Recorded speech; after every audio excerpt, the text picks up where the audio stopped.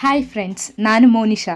ನನ್ನ ಈ ಕ್ರಿಯೇಟಿವ್ ಕುಮಾರಿ ಎಂಬ ಯೂಟ್ಯೂಬ್ ಚಾನಲನ್ನು ಗುರುಗಳಲ್ಲೇ ಪ್ರಥಮ ಗುರುವಾದ ಸ್ವಾಮಿ ಶ್ರೀ ದಕ್ಷಿಣಾಮೂರ್ತಿಯನ್ನು ಬಿಡಿಸುವುದರ ಮೂಲಕ ಆರಂಭಿಸುತ್ತಿದ್ದೇನೆ. ನೀವೆಲ್ಲರೂ ನನಗೆ ಪ್ರೋತ್ಸಾಹ ನೀಡಿ ನಮ್ಮ ಚಾನಲನ್ನು ಸಬ್ಸ್ಕ್ರೈಬ್ ಮಾಡುವ ಮುಖಾಂತರ ಬೆಂಬಲಿಸಬೇಕೆಂದು ಕೇಳಿಕೊಳ್ಳುತ್ತೇನೆ. ಹಾಗಾದರೆ ಬನ್ನಿ ಸ್ನೇಹಿತರೆ, ಹಿನ್ನೆಲೆಯೊಂದಿಗೆ ವಿಡಿಯೋವನ್ನು ಆರಂಭಿಸೋಣ.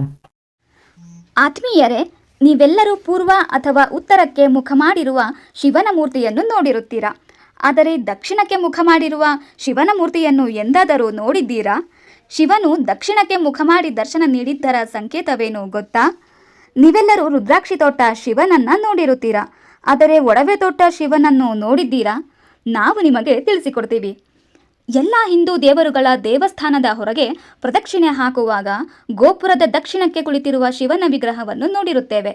ಶಿವನು ದಕ್ಷಿಣಕ್ಕೆ ಮುಖ ಮಾಡಿ ಕುಳಿತು ದರ್ಶನ ನೀಡಿದ್ದರಿಂದ ಶಿವನಿಗೆ ದಕ್ಷಿಣಮೂರ್ತಿ ಎಂಬ ಹೆಸರಿನಿಂದ ಕರೆಯಲಾಗಿದೆ. ಒಮ್ಮೆ ಬ್ರಹ್ಮದೇವರ ಮಾನಸ ಪುತ್ರರಾದಂಥ ಸನಕ, ಸನಾತನ, ಸನಂದನ ಹಾಗೂ ಸನತ್ಕುಮಾರ ಎಂಬ ಋಷಿ ಮುನಿಗಳು ಜ್ಞಾನಾರ್ಜನೆಗಾಗಿ ತಮ್ಮ ಚಿಕ್ಕ ವಯಸ್ಸಿನಲ್ಲೇ ಗುರುವನ್ನು ಅರಸಿಕೊಂಡು ಹೊರಡುತ್ತಾರೆ. ಅನೇಕ ವರ್ಷಗಳ ಕಾಲ ಅಲೆದಾಡಿದರೂ ಸೂಕ್ತ ಗುರು ಸಿಗದ ಕಾರಣ ಶುದ್ಧರಾಗಿ ಕೈಲಾಸ ಪರ್ವತವನ್ನೇರಿ ಶಿವನನ್ನು ಸಂದರ್ಶಿಸಿ ಶಿವದೇವರಿಗೆ ಶರಣಾಗುತ್ತಾರೆ. ಆ 4 ಜನ ಮಾನಸ ಪುತ್ರರಿಗೆ ಸನ್ಮಂಗಳವನ್ನುಂಟು ಮಾಡಲು ಹಾಗೂ ಜ್ಞಾನ ನೀಡುವ ಸಲುವಾಗಿ ಶಿವನು ನಿರ್ಧರಿಸಿ ದಕ್ಷಿಣ ದಿಕ್ಕಿಗೆ ಮುಖ ಮಾಡಿ ದರ್ಶನ ನೀಡಿದ್ದರಿಂದ ಶಿವದೇವರು ದಕ್ಷಿಣಮೂರ್ತಿ ಎಂದು ಕರೆಸಿಕೊಂಡರು. ದಕ್ಷಿಣಮೂರ್ತಿಯ ಅವತಾರವನ್ನು ಶಿವದೇವರ ಗುರುರೂಪವೆಂದೇ ವ್ಯಾಖ್ಯಾನಿಸಲಾಗಿದೆ. ದಕ್ಷಿಣಮೂರ್ತಿ ದೇವರು ವಟವೃಕ್ಷದ ದಕ್ಷಿಣಕ್ಕೆ ಕುಳಿತು ತಮ್ಮ ಮೌನದಲ್ಲಿಯೇ 4 ಜನ ಮಾನಸ ಪುತ್ರರಿಗೆ ಜ್ಞಾನ ವರ್ಗಾವಣೆ ಮಾಡುತ್ತಾರೆ.